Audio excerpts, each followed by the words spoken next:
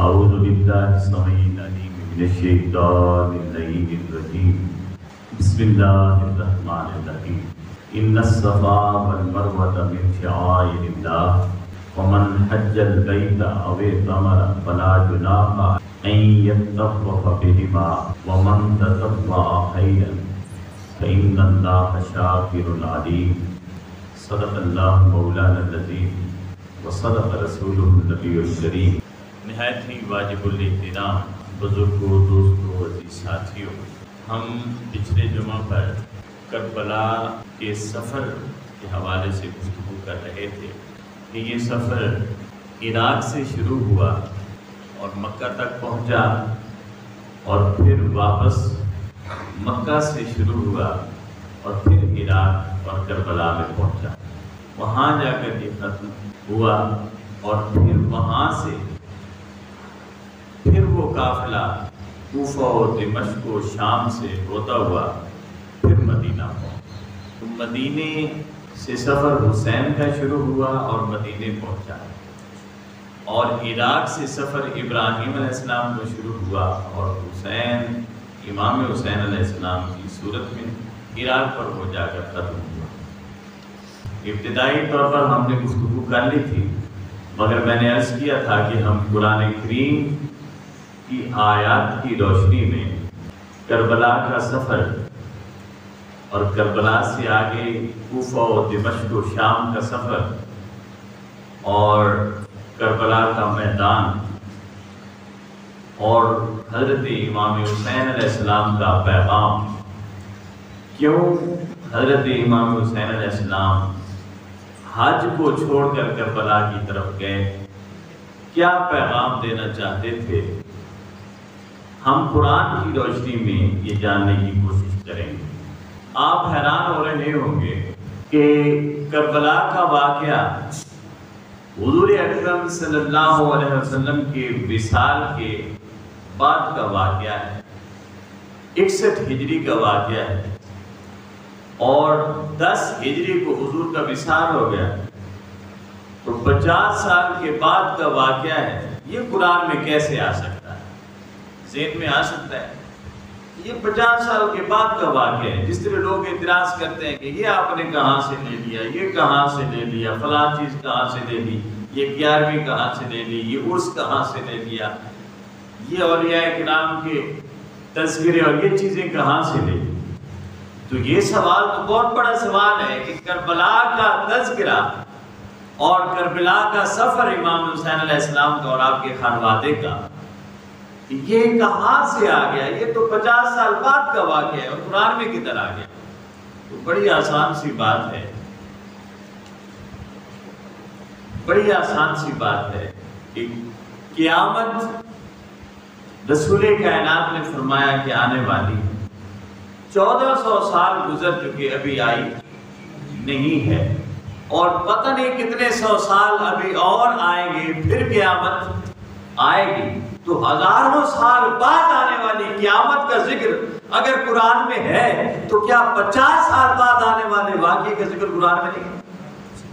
ہزاروں سال بعد جس نے آنا ہے وہ قرآن میں ہے، اور ایک ایک بات قرآن میں بھی ہے، حدیث میں بھی ہے، حتیٰ کہ رسول کائنات نے آخری جنتی اور آخری جہنمی بھی بتا دیا کہ وہ جائے گا جہنم میں اور وہ جائے گا جنت میں۔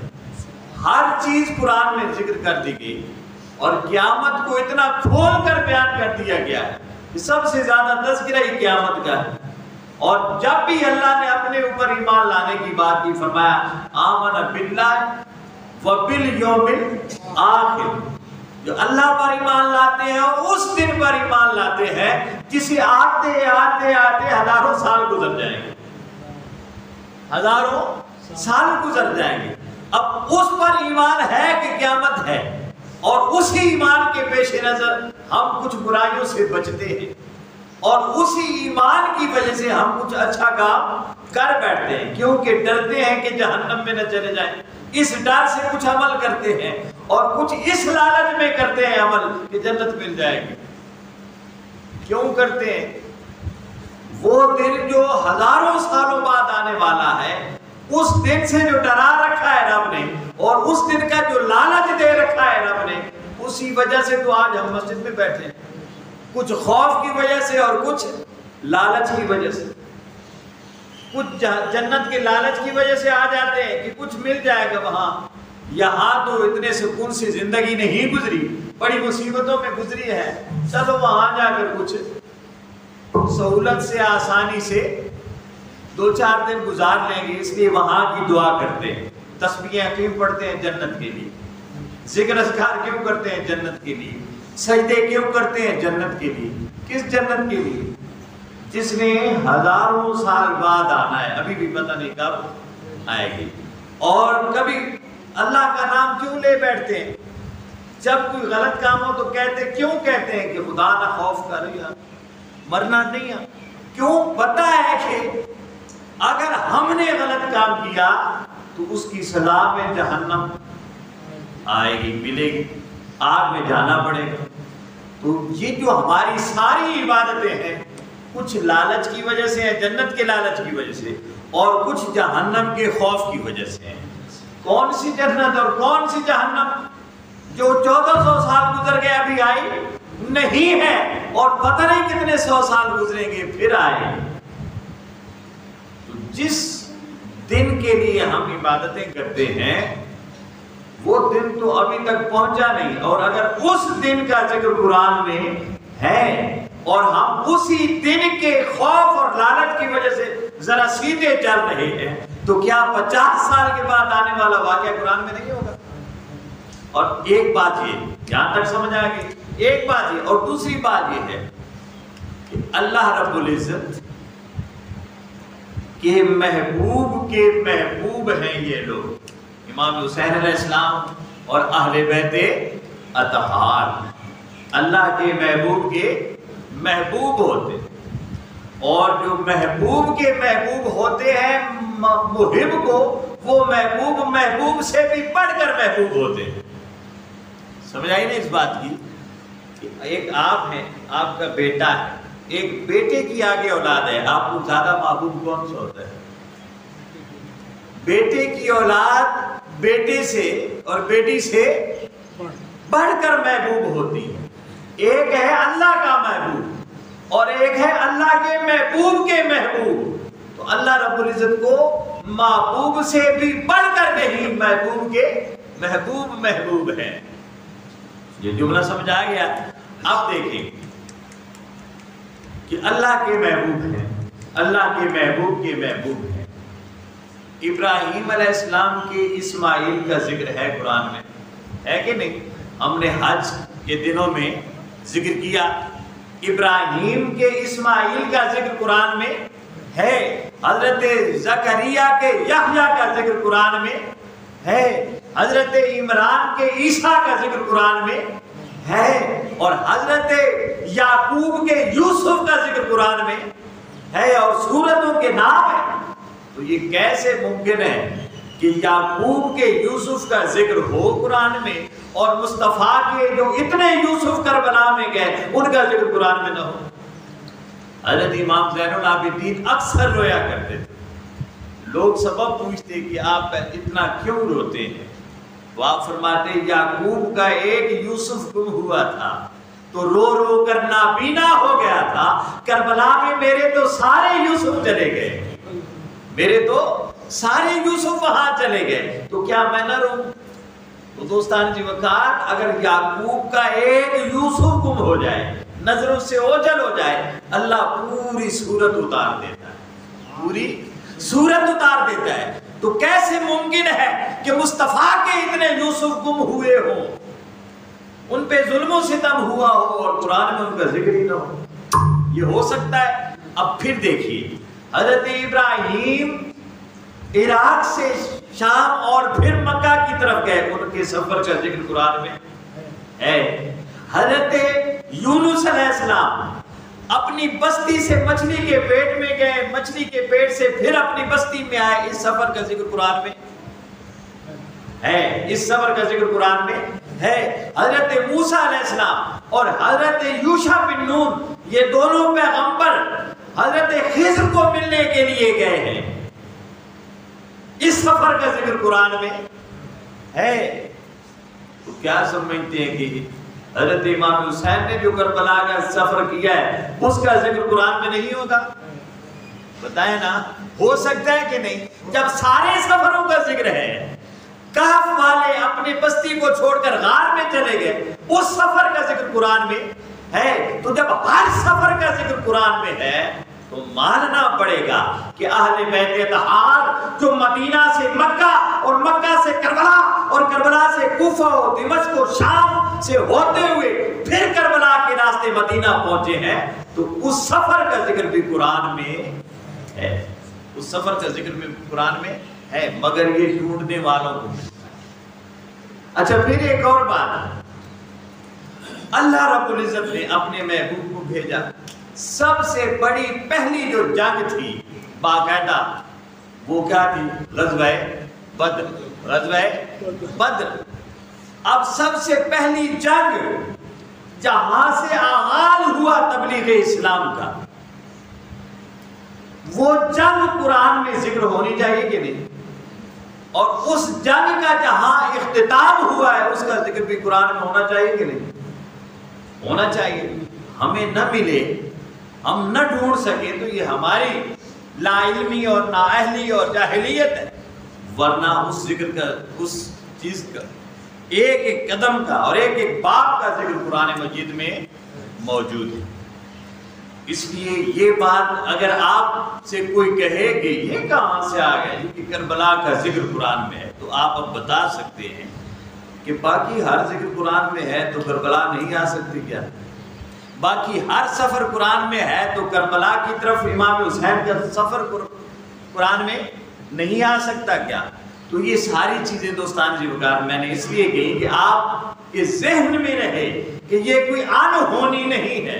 انہونی یہ ہوتی ہے کہ ہم سمجھے نہیں، اور ہونی یہ ہوتی ہے کہ بندے کو سمجھ آ جائے۔ اب دیکھیں، میں نے کہا ان الصفا والمروہ من شعائر اللہ، صفا اور مروہ اللہ کی نشانی ہے۔ میں نے تفصیل سے اس پر گفتگو کر لی ہے، اللہ کی نشانیاں ہیں۔ پھر اللہ فرماتا ہے فمن حج البیت او اعتمر، جو اس گھر کی زیارت کرے، جس گھر کی طرف حضرت ابراہیم نے بلایا اور ہم جاتے ہیں اس گھر کی طرف اس کی زیارت کے لیے، ہم نے اس پر گفتگو کر لی نا ذہن میں، جس کی طرف ابراہیم نے بلایا ہم اس گھر کی زیارت کے لیے جاتے ہیں۔ اللہ رب العزت فرما رہا ہے اس گھر کی زیارت سے پہلے کہ صفا اور مروہ یہ میری نشانیاں ہیں، اس گھر کی جب زیارت کر لو نا جدھر ابراہیم نے بلایا ہے، تو فلا جناح علیہ ان یطوف بہما، تو یہ کوئی گناہ نہیں ہے کہ آپ صفا اور مروہ کی طرف چلے جائیں، پھر ادھر بھی گئے کرو، پھر ادھر بھی۔ اب حج کے بعد صفا اور مروہ میں جانا کوئی بنتا نہیں ہے، کیونکہ اللہ کا گھر جب دیکھ لیا تو صفا اور مروہ کی طرف جانے کی ضرورت کیا ہے؟ ہاں یہ ہو سکتا تھا کہ صفا اور مروہ سے ہو کر خانہ کعبہ کی طرف آتے، یہ تو کوئی بات بنتی تھی نا کہ بندہ آخری سٹیپ پر جاتا ہے نا، آخری درجہ جو عبادت کا ہے جدھر ہم منہ کرتے ہیں وہ کیا ہے؟ خانہ کعبہ۔ تو جب خانہ کعبہ پر پہنچ گئے تو خانہ کعبہ کی اہمیت کا ذکر کرنے سے پہلے دو پہاڑوں کی اہمیت کا رب نے ذکر کیا ہے، کہا میرا گھر بھی ہے، اسے بھی دیکھنا ہے کہ ابراہیم بلا رہے ہیں، مگر اس گھر کا ایک پیغام ہے، اور وہ پیغام کیا ہے؟ کہا ان الصفا والمروہ من شعائر اللہ، گھر میرا ہے وہ، مگر میرے نشان صفا اور مروہ پہ ملتے ہیں۔ گھر وہ ہے، گھر اللہ کا وہ ہے، اس کی زیارت بھی کرے، عمرے کی غرض سے کریں یا حج کی غرض سے کریں، اس کی زیارت کریں، مگر ان الصفا والمروہ من شعائر اللہ، میری نشانی کیا ہے؟ صفا اور مروہ۔ سمجھ آ رہی ہے؟ گھر کی زیارت کریں، مگر اللہ نے اسے اپنی نشانی نہیں کہا، اپنی نشانی کسے کہا؟ صفا اور مروہ۔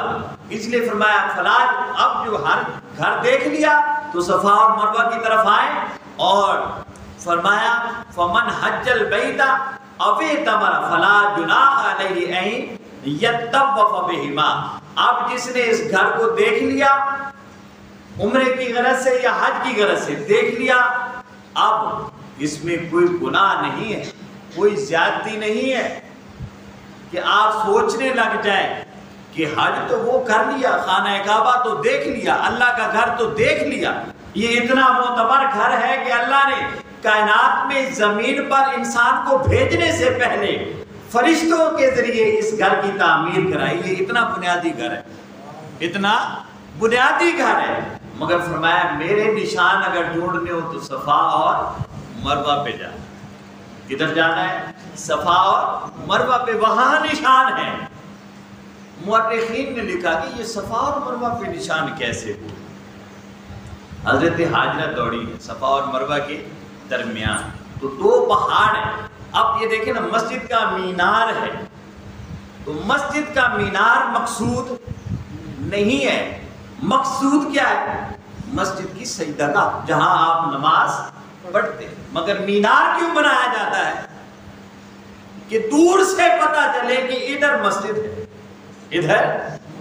تو مینار مقصد نہیں ہوتا، مینار کا مسجد سے یوں بظاہر کوئی تعلق نہیں ہے، وہ اعلان کر رہا ہوتا ہے کہ لوگوں ادھر آؤ، رب کی بارگاہ میں آنا ہے، ادھر سجدے کی جگہ موجود ہے۔ مینار صرف اشارہ کرتا ہے۔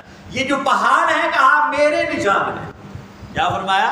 میرے نشان ہیں، پہاڑ میرے نشان ہیں۔ کیسے نشان ہیں؟ اللہ نے کہا ادھر آؤ میں تمہیں بتاؤں وہ نشان کیا رہنمائی کرتے ہیں۔ مورخین نے لکھا کہ ان دو پہاڑوں کے درمیان حضرت ابو طالب کا گھر ہوا کرتا، حضرت ابو طالب کا گھر ہوا، وہاں حضرت ابو طالب نے گھر بنانا تھا، ابھی بنایا 2500 سال کے بعد بنایا، لیکن رب نے کہا ان پہاڑوں کو یاد رکھنا، یہ میری نشانی ہے، کبھی سجدے کی ضرورت پڑے اور چاہو کہ میری بارگاہ میں سجدہ کرو تو پھر عمارتوں کو دیکھنا، جن عمارتوں کے اوپر مینار بنے ہوں گے سمجھ لینا یہاں میرا سجدہ ہوا کرتا ہے۔ اس لیے فرمایا 2500 سال پہلے کہ یہ دو مینار میں نے بنا دیے ہیں، کبھی اپنے ایمان کو بچانے کی ضرورت پڑے تو ان میناروں کے درمیان آ جانا، کہ یہاں وہ جگہ ہے جہاں میرا محبوب بچپن میں کھیلا کرتا ہے، جہاں میرے محبوب نے بچپن گزارا ہے، یہاں میرا محبوب اپنے چچا کے کبھی کندھوں پہ سواری کیا کرتا تھا، کبھی سینے پہ سواری کیا کرتا تھا، اور اس کا محبوب چچا راتوں کو 3 مرتبہ اپنے بھتیجے کے بستر بدلا کرتا تھا، بستر بدلا کرتا تھا، کبھی علی کے بستر پر لٹایا کرتا تھا، کبھی جعفر کے بستر پر لٹایا کرتا تھا، اور کبھی عقیل کے بستر پر لٹایا کرتا تھا۔ تو بظاہر صفا اور مروہ نشانیاں، کہا آ جاؤ حج کر لو، یہ گھر دیکھ لو، مگر یہاں نہیں، میرے نشان وہاں ہے، میرے نشان وہاں ہے۔ بڑی خوبصورت بات ہے، حضرت امام نسائی کو جب بنو امیہ کے لوڈوں نے مارا نا، انہوں نے حضرت علی کی شان میں بہت ساری احادیث سنائی، اس پر بھی میری گفتگو غالباً ہو چکی ہے کہ انہوں نے بڑی گفتگو کی، اس پر حدیث سنائی۔ انہوں نے دیکھا نا کہ ممبروں پر حضرت علی کو گالیاں دی جاتی ہیں، تو وہ کوفہ کی جامع مسجد میں تھے، بڑی تکلیف ہوئی، تو اگلا جمعہ جب آیا تو انہوں نے احادیث کثرت سے، اب تو وہ تقریباً 500 کم و بیش احادیث کا وہ مجموعہ ہے، خصائص علی کے نام سے چھپا ہوا ہے بازار میں، تو وہ حدیث انہوں نے سنائی، اور آگے بنو امیہ کے جو لوگ بیٹھے تھے انہوں نے کہا آپ اتنی حدیثیں، ایسا ہی بیان آپ حضرت معاویہ کے بارے میں بھی بیان کریں۔ تو حضرت نسائی فرمانے لگے اگر کوئی حدیث حضرت معاویہ کی شان میں ہوتی تو میں ضرور بیان کرتا، ہوتی تو میں ضرور بیان کرتا۔ یہاں کافی دنوں سے ایک بات رہ جاتی ہے، ہم اہل سنت والجماعت بھی لکیر کے فقیر ہیں، جس سے ہمیں کہیں سے خوشبو آ جائے نا کہ لنگر پکا ہے تو ہم پوچھتے نہیں کہ وہ کہاں کے ہیں اور کون ہیں پکانے والے، ہم چل پڑتے ہیں کھانے کے لیے، لکیر کے فقیر ہیں نا۔ خوشبوئیں سن کر پہنچ جاتے ہیں وہاں، چاہے کسی نے بلایا ہو چاہے نہ بلایا۔ تو اب یہ جو لکیر کی فقیری ہے نا، یہی سب سے بڑی بدبختی۔ شروع میں جب انہوں نے حضرت معاویہ کے ساتھ امیر کا لفظ لگانا شروع کیا تو وہ بغض علی میں اور علی کی مخالفت میں ساتھ امیر کہا، کیونکہ اس وقت امیر المومنین کون تھے؟ حضرت علی المرتضیٰ، چوتھے خلیفہ۔ مگر جو ان کے حواری تھے حضرت معاویہ کے، وہ کہتے تھے علی کہاں امیر ہے، امیر المومنین تو معاویہ ہے۔ تب سے یہ لفظ علی کی مخالفت میں اور بغض میں لگایا گیا ساتھ۔ آج سنی بھی کہتے ہیں حضرت امیر معاویہ، بھائی کہیں حضرت معاویہ، مگر امیر جب آپ کہتے ہیں تو جانے انجانے میں آپ عمارت علی کا انکار کر رہے ہوتے ہیں۔ عمارت علی کا سمجھانی پہ نا، عمارت علی کا انکار کرتے ہیں، یعنی آپ مانتے علی کو ہیں، باغباں بھی خوش رہے راضی رہے سیاد بھی نہ، اے ناراض تھی منتے نا، اے ناراض تھے۔ حضرت معاویہ جب آئے تھے صفین میں، ان کے مقابلے میں حضرت علی تھے، اور حضرت ابو ہریرہ رضی اللہ تعالیٰ عنہ کھانا کھاتے وقت ادھر چلے جاتے، اور جب نماز کا وقت ہوتا تو حضرت علی کے پیچھے نماز آ کر پڑھتے۔ کسی نے پوچھ لیا یار بھکی پاسے تھی تو پاسے ٹکر کھاؤنا ہوئے تو اتنے لاگ نا نماز پڑھنی ہوئے تھا اتنے لاگ نا، تو حضرت ابو ہریرہ کھا جانے ٹکر انہوں نے سوا دی نماز انہوں نے سوا دی۔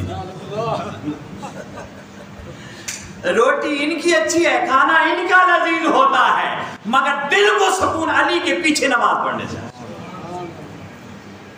تو ایسا تو نہ کریں نا، ایسا تو نہ کریں، ایک طرف ہو جائے، دو رنگی چھوڑ دے یک رنگ ہو جا، سراسر موم یا پھر سنگ ہو جائے، ایک چیز ہونی چاہیے، یعنی کہ ادھر بھی راضی رہیں اور یہ بھی راضی رہیں، ایک طرف ہونا ہے۔ اور ہمارا یہ ہے کہ دل علی کے ساتھ ہے اور زبان سے کہتے ہیں امیر معاویہ، کیا کہتے ہیں؟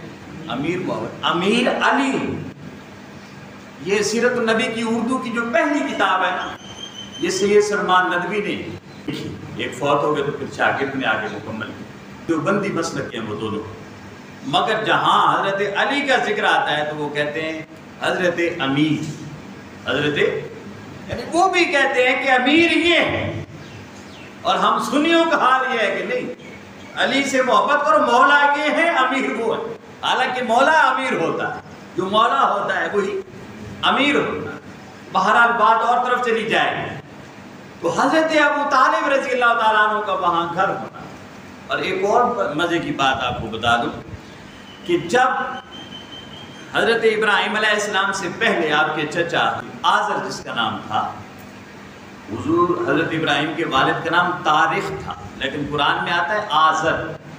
آزر جو باپ سے بڑا چچا ہوتا ہے نا، جس سے ہم کہتے ہیں تایا ابو، اسی طرح یہ قرآن کا معمول ہے کہ وہ بھی باپ سے جو بڑا چچا ہوتا ہے اسے تایا ابو کہتا ہے، اور عرب کی بھی یہی تاریخ ہے، وہ تایا ابو کہتے ہیں۔ تو آزر جو تھا وہ بت فروش بھی تھا اور بت گر بھی تھا، اور بت گری اور بت فروشی عام تھی، اور پھر بت پرستی بھی تھی۔ تو جب سارے پتھروں کو اٹھا کر وہ بت بنانے لگے تو اللہ رب العزت نے حضرت جبریل سے فرمایا کہ یہ جو پتھر ہیں دو حضرت آدم کے ساتھ آئے تھے جنت سے، ایک ہے حجر اسود اور ایک دوسرے پتھر کا نام ہے مقام ابراہیم، یہ دو پتھر جنت سے آئے ہوئے پتھر ہیں۔ تو اللہ رب العزت نے یہ دونوں پتھر جبریل سے کہا کہ جاؤ اسے صفا اور مروہ کے درمیان جا کر چھپا دو، صفا اور مروہ کے درمیان جا کر چھپا دو۔ اب یہ چھپائے یہاں کیوں؟ پہلی بات تو یہ ہے کہ کیا اللہ قادر نہیں ہے، وہ پتھر پڑے رہتے تو کیا، لیکن اللہ رب العزت نے وہ پتھر چھپا دیے ایک جبرائیل کے ذریعے۔ کیوں؟ اللہ رب العزت یہ بتانا چاہتا ہے کہ لوگوں اگر اپنا ایمان بچانا ہو اور کفر سے اپنے آپ کو بچانا ہو تو ابو طالب کے گھر آ جایا کرو۔ کدھر آ جایا کرو؟ ابو طالب کے گھر آیا کرو، یہاں ایمان بچتا ہے۔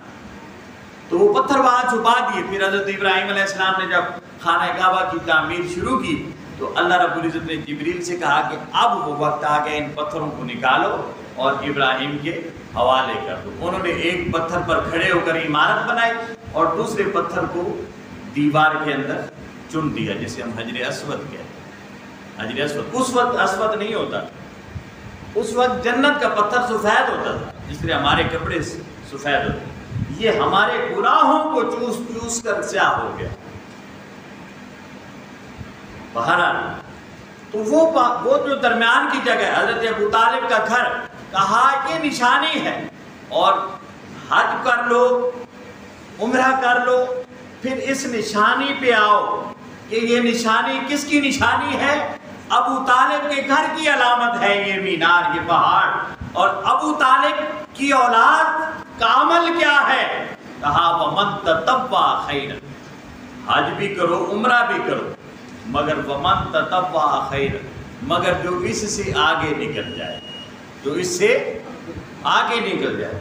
حج بھی کر لیا، عمرہ بھی کر لیا، صفا اور مروہ کی سعی بھی کر لی، مگر اللہ فرماتا ہے جو تھوڑا اس سے آگے نکل جائے، خیرن، اچھا اور خیر وہ ہے۔ حج بھی کرو، طواف بھی کرو، صحیح صفا و مروہ بھی کرو، گناہ نہیں ہے، مگر یہ نشانی ہے میری، اس نشان پر چلتے چلتے کہاں پہنچنا ہے؟ کہا وَمَن تَطَوَّعَ خَيْرًا، جو اس سے آگے نکل جائے، جو اس سے آگے نکل جائے خیر وہ ہے۔ اور پھر اللہ فرماتا ہے فَإِنَّ اللَّهَ شَاكِرٌ عَلِيمٌ، جو آگے نکل جاتا ہے اللہ اس کی قدر کرتا ہے، اور وہ کس نیت سے آگے گیا ہے اللہ اس کی نیتوں کو بھی جانتا ہے۔ وہ آگے کون گیا؟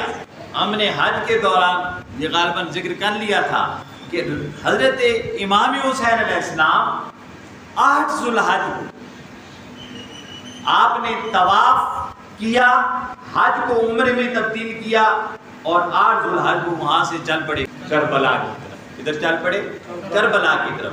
اب یہ جو اگلا سفر ہے اللہ فرماتا ہے یہ خیر کا سفر ہے۔ یہاں اب ہم اس رکوع کی شروع کی طرف آتے ہیں، فرمایا یا ایھا الذین آمنوا، اے ایمان والو، استعینوا بالصبر والصلاۃ، کہ مدد حاصل کرو صبر کے ساتھ اور صلاۃ کے ذریعے، صبر کے ذریعے اور صلاۃ کے ذریعے۔ صلاۃ تو وہاں خانہ کعبہ میں تھی، صلاۃ تو خانہ کعبہ میں تھی، وہ کیا چیز تھی جس کی تلاش میں حضرت امام حسین علیہ السلام خانہ کعبہ کو چھوڑ کر کربلا کی طرف گئے؟ وہ تھا صبر۔ وہ کیا تھا؟ امام حسین علیہ السلام کا صبر۔ نماز تو ہم پڑھتے ہیں، اس سے مقدم ایک شے ہے اور وہ ہے صبر۔ اگر نماز خانہ کعبہ تک ہی رہے تو وہ نماز رہتی ہے، مگر خانہ کعبہ سے کربلا پہنچے اور صبر کی انتہا کو پہنچے تو پھر وہ اصل نماز بنتی، اصل نماز بنتی ہے۔ فرمایا استعینوا بالصبر والصلاۃ، 2 چیزوں کا ذکر ہے، صبر کا اور صلاۃ کا، صبر کا اور نماز کا۔ نماز مقدم ہے ہماری حیات میں مومن کے لیے، مگر کون سی نماز؟ جو صبر کے بعد ہو، جو صبر کے بعد ہو۔ صبر سے پہلے والی نماز کوئی نماز نہیں ہے۔ آپ حیران ہوں گے کہ یہ کیا ہوا؟ صبر کے بغیر اگر نماز ہے تو نماز نہیں ہے۔ اب قرآن کہہ رہا ہے، فرمایا ان اللہ مع الصابرین، نماز بھی پڑھو صبر بھی کرو، مگر اللہ کس کے ساتھ ہے؟ کس کے ساتھ ہے؟ صبر کرنا۔ تو گویا طواف تک جاتے ہو، نماز تک جاتے ہو، خانہ کعبہ کا طواف کرتے ہو، وہاں خانہ کعبہ کے آگے سجدے بھی کرتے ہو، مگر اللہ کس کے ساتھ ہے؟ صبر کرنے والوں کے ساتھ۔ اللہ کس کے ساتھ ہے؟ صبر کرنے والوں کے ساتھ ہے۔ اب وہ جو صبر کی معراج کو پہنچے، امام حسین علیہ السلام کا صبر دراصل کس کا صبر ہے؟ رسول کا صبر۔ کس کا صبر ہے؟ الحسین منی سمجھنا ہے تو الحسین منی وانا من الحسین، حسین مجھ سے اور میں حسین سے۔ جب تک حسین مصطفیٰ سے ہے، حسین کا صبر صرف حسین کا صبر ہے، اور جب مصطفیٰ حسین سے ہو جائے تو حسین کے صبر میں مصطفیٰ کا صبر بھی شامل ہو جاتا ہے، مصطفیٰ کا صبر بھی شامل ہو جاتا ہے۔ اب جب وہاں پہنچے اور صبر کی انتہا کو پہنچے تو اللہ فرماتا ہے وَلَا تَقُولُوا لِمَن يُقْتَلُ فِي سَبِيلِ اللَّهِ أَمْوَاتٌ، جو اللہ کی راہ میں مر جائیں انہیں مردہ نہیں کہنا۔ شہادت امام حسین جو اللہ کی راہ میں مر جائیں انہیں مردہ مت کہو، بل احیاء، وہ زندہ ہوتے ہیں، ولیکن لا تشعرون، مگر تمہیں پتہ نہیں، تم سمجھتے ہو مر گئے، ختم ہو گئے، فنا ہو گئے، کچھ بھی باقی نہ رہا۔ اللہ رب العزت فرماتا ہے وہ زندہ ہوتے ہیں، وہ زندہ ہوتے ہیں، مگر ان کی زندگی کا شعور تمہیں نہیں ہے۔ اب دیکھیں حضرت امام حسین علیہ السلام چلے کربلا کی طرف، کیا کیا چیزیں ساتھ لے کے چلے؟ قرآن کہتا ہے وَلَنَبْلُوَنَّكُمْ بِشَيْءٍ مِّنَ الْخَوْفِ، اللہ کا خوف بھی ہے، اللہ کا ڈر بھی ان کے ساتھ ہے، کیونکہ ان کے ذمہ سب سے بڑا کام ہے، سب سے منفرد کام ہے، سب سے انوکھا کام ہے۔ فرمایا خوف ہے، اور خوف اور تقویٰ ایک ایسی چیز ہے جسے دوسرے معنوں میں ہم لیتے ہیں، کسی سے کسی کی شر کی وجہ سے ڈرنا، یہ خوف اور تقویٰ کا معنی نہیں ہے۔ کسی کے شر کی وجہ سے کسی سے ڈرنا، جس طرح ہم سانپ سے ڈرتے ہیں، خوف آ گیا، اس دانے کو لگ گئے جی، خوف آ گیا۔ یہ جو کوئی ڈر، ایسا ڈر جو شر کی بنیاد پر ہو، اس ڈر کو خوف نہیں کہتے، نہ اسے تقویٰ کہتے۔ تقویٰ اور خوف کون سا ڈر ہے؟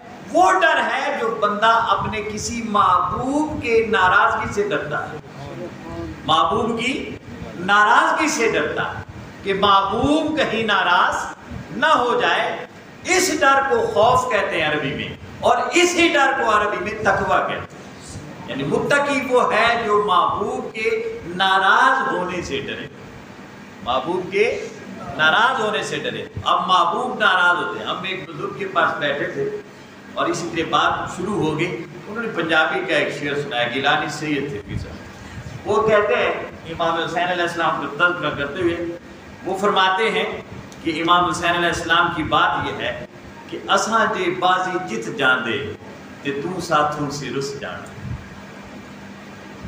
بھئی اگر اسماعیل علیہ السلام کی ایڑیوں سے پانی آ سکتا ہے جو ابراہیم کی آل ہے، تو جو مصطفیٰ کی آل ہے ان کی ایڑیوں سے پانی نہیں آ سکتا؟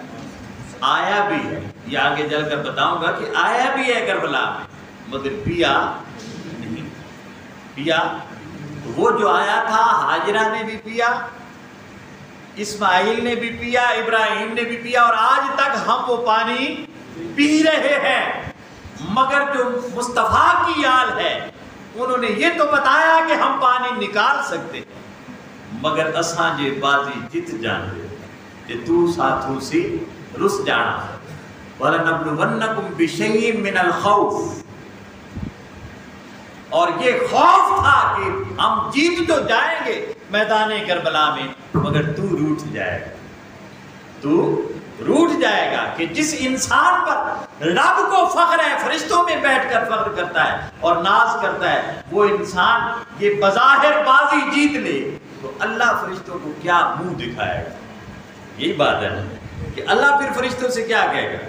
جو کہتا ہے انی اعلم ما لا تعلمون، میں جانتا ہوں یا تم بہتر جانتے ہو۔ اگر امام حسین وہاں بازی جیت جاتے جیسا کہ وہاں یزید نے بظاہر بازی جیتی، تو ساتھوں سے رس جانا، اے بازی جان کے ہاری جے نہ ہر دے تکی کر دے۔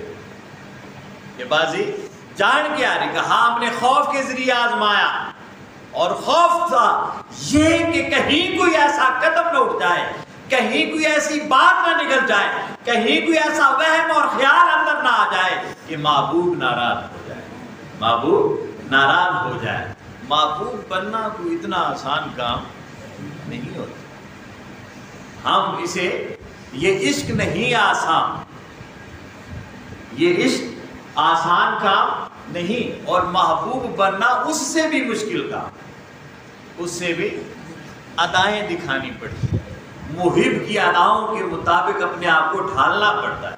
کہا یہ خوف، اور پھر من الخوف والجوع، اور بھوک کے ذریعے آزمایا۔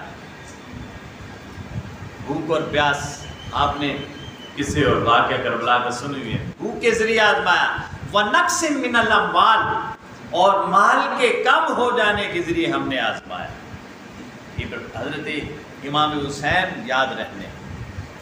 پھر فرمایا والانفس، اور اپنی جانوں کے ذریعے ہم نے آزمایا. امام حسین علیہ السلام کی جان کا نذرانہ اور امام حسین کی اولاد کی جان کا. والثمرات، اور امام شافعی فرماتے ہیں یہاں ثمرات سے مراد امام حسین علیہ السلام کی وہ اولاد ہے اور وہ خانوادہ ہے جو کربلا میں شہید ہوا ہے. والثمرات، اور ہم نے پھلوں کے اسیاہ نے نا پتر میٹھا میوہ، تو میوہ پھل ہوتا ہے. والثمرات یہ قرآن کہتا ہے، اور ان کے پھلوں کے ذریعے ان کی اولادوں کے ذریعے ہم نے آزمایا. وبشر الصابرین، جب وہ خوف میں بھی سرخرو رہے، بھوک میں بھی سرخرو رہے، اپنی جانوں کے نذرانے اور مال کے نذرانے میں بھی سرخرو رہے، اور اپنی اولادیں بھی ہمارے اوپر وار دیں. وبشر الصابرین، تو صبر کی انتہا کو پہنچ گئے. ان صبر کرنے والوں کو اب خوشخبری سنا دو، اللہ کی طرف سے خوشخبری سنا دو. اور صبر کرنے والے کون ہے؟ کہا الذین اذا اصابتہم مصیبہ، جنہیں کوئی مصیبت اور آزمائش جب ان پر آتی ہے، قالوا، کچھ بھی نہیں کہتے، فقط یہ کہتے ہیں انا للہ و انا الیہ راجعون، کہ معبود مولا یہ جان تیری تھی، تیرے حوالے کر دی. حق تو یہ ہے کہ حق ادا نہ ہوا، جان دی ہوئی اسی کی تھی. حق تو یہ ہے کہ حق ادا نہ ہوا. سب کچھ اس پہ وار دیتے ہیں اور پھر بھی افسوس کرتے ہیں کہ کچھ وارا نہیں. کچھ وارا، ہم تھوڑا سا کام کر لیں نا تو اللہ کو جتاتے رہتے ہیں، احسان جتاتے رہتے ہیں کہ تیرا سجدہ کیا، تیری نماز پڑھی، تیرا قرآن پڑھا، اب ہمیں یہ بھی دے، یہ بھی دے، یہ بھی دے. جو جہان کی اور آخرت کی جو چیزیں ہوتی ہیں پھر مانگتے ہیں کہ ہوں دے. جس طرح فقیر ہوتا ہے وہ جب کسی کے پاس لینے جاتا ہے نا تو وہ دعائیں دیتا ہے. مقصد کیا ہوتا ہے کہ 1 روپیے لو.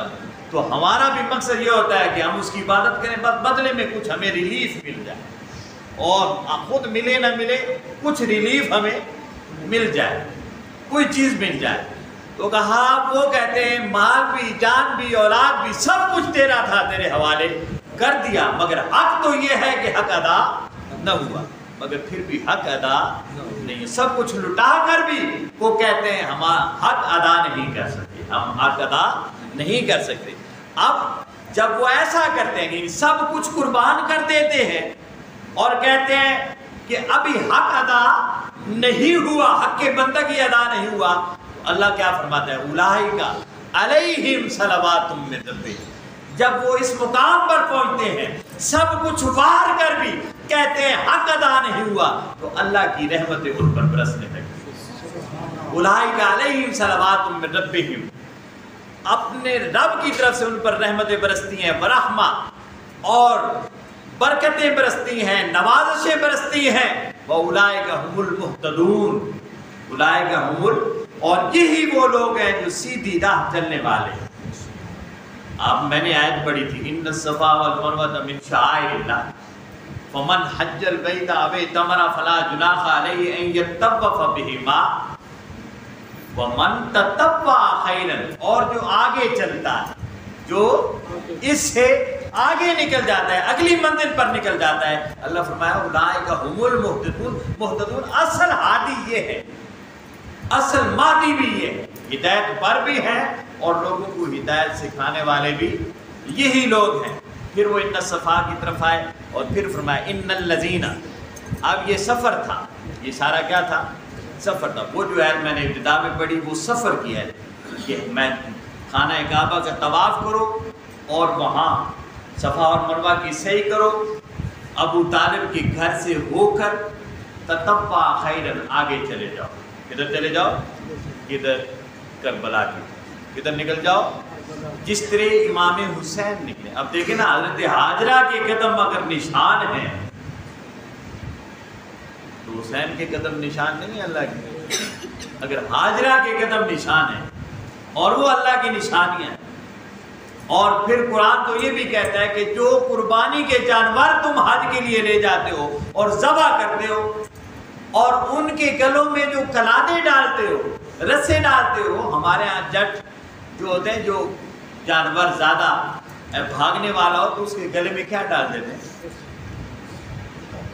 اور شاید پاوا پا چھوڑے اپنے گلے، اسے کلادہ کہتے ہیں۔ اسے کیا کہتے ہیں؟ یہ اصل تو علامت ہے ان جانوروں کی جن کے گلے میں وہ لٹکا دیا جاتا تھا تاکہ ہر کسی کو پتا ہو کہ یہ جانور خانہ کعبہ کی طرف جا رہا ہے، تو ہم اس کی نشانی میں ہیں، لیکن ہم جب اسے ڈالتے ہیں تو وہ جانور طرف بھاگ نہیں سکتا نا، ٹانگوں میں لگتے ہیں۔ تو وہ جانور جن کے گلوں میں کلادے ڈال دیے جاتے ہیں، اللہ فرماتا ہے یہ میری نشانیاں ہیں اور ان کی تعظیم کرو کہ یہ اللہ کا تقویٰ ہے۔ تو جب جانوروں کے گلوں میں ڈالے ہوئے کلادے اللہ کی نشانیاں ہیں، تو جب مصطفیٰ کے شہزادے کربلا کی طرف چلے ہیں اور جہاں جہاں سے وہ گزرے ہیں، وہ نشان کیا اللہ کی نشانیاں نہیں؟ جانور اللہ کی نشانیاں ہیں، اور وہ جانور جن کے صدقے میں نصیب ہوئے، کیا وہ ہستیاں اور ان کے قدموں کے نشان اللہ کی نشانیاں نہیں ہیں؟ تو ہم حج پر جا کر، خانہ کعبہ پر جا کر اپنے سفر کو روک لیتے ہیں۔ سفر وہاں رکنا نہیں چاہیے، وہاں سے کربلا کی طرف جانا چاہیے۔ اور کربلا کا سفر کیا ہے؟ یعنی اپنے آپ کو سجدوں تک محدود نہ رکھو، ذکر و اذکار تک محدود نہ رکھو، بلکہ اس وہ کردار حسینی میں ڈھل جاؤ اور ہر باطل کے سامنے ڈٹ جاؤ۔ باطل کے ہاتھ میں ہاتھ نہ دو، جسے خواجہ اجمیر نے کہا تھا کہ سرداد نداد دست در دست یزید حقا کے بنائے لا الہ است حسین۔ حضرت امام حسین نے سر دے دیا ہے مگر ہاتھ نہیں دیا ہے۔ اور مزے کی بات پھر پتنی یاد رہے نہیں، حضرت ابن عساکر کہتے ہیں کہ جب امام حسین علیہ السلام کو شہید کر دیا گیا، وہ تاریخ ابن عساکر میں، انہیں جب شہید کر دیا گیا تو یزید کی فوج لاشوں میں سے ڈھونڈ رہی تھی کوئی چیز۔ کسی نے پوچھا کیا ڈھونڈ رہے ہو؟ کہنے لگے حسین کا ہاتھ ڈھونڈ رہے ہیں۔ کیا ڈھونڈ رہے ہیں؟ ہاتھ ڈھونڈ رہے ہیں۔ تو حسین، امام حسین کے جسم کی ہر شے مل گئی، نہیں ملے تو انہیں ہاتھ نہیں ملے۔ تو امام حسین علیہ السلام نے مر کر بھی اپنا ہاتھ ان کے ہاتھ میں نہیں دیا۔ وہ چاہتے تھے کہ ہاتھ لے جائیں گے اور وہ ہاتھ یزید کے ہاتھ میں جائے گا تو ہم کہیں گے دیکھو زندہ نہیں تو مر کر ہی صحیح اس نے ہماری بیعت کر لی۔ اللہ رب العزت نے ان ہاتھوں کو ایسا محفوظ کیا کہ سارے جسم کے حصے مل گئے، سر مل گیا، مگر مصطفیٰ کے نواسے کا ہاتھ انہیں نہیں ملا، ہاتھ نہیں ملا۔ کربلا تک ہم پہنچ گئے، کربلا تک پہنچ گئے۔ اب کربلا میں دو گروپ ہیں، ایک یزیدی گروپ ہے اور ایک حسینی گروپ۔ یہ جو اگلی آیت آ رہی ہے وہاں سے یہ ہوگا کہ یزیدی کدھر ہیں اور حسینی کدھر ہیں۔ پھر یہیں سے آگے یزید کی لشکر سے حضرت حر نکل کر جو آئے ہیں وہ بھی قرآن میں موجود ہیں، اور یہ انشاءاللہ عزیز ہم اگلی آیات میں کیونکہ تھوڑی سی تفصیل کے ساتھ مجھے بتانا پڑ گیا، صفا اور مروہ کی کہانی بتانا پڑ گئی ہے تاکہ آپ پتہ چلے کہ یہ ایمان آغاز بھی ابو طالب کے گھر سے ہوتا ہے اور اس کا اختتام بھی ابو طالب کے گھر سے ہوتا ہے۔ اور کسی شاعر نے بڑی خوبصورت بات کی تھی کہ کیا بتاؤں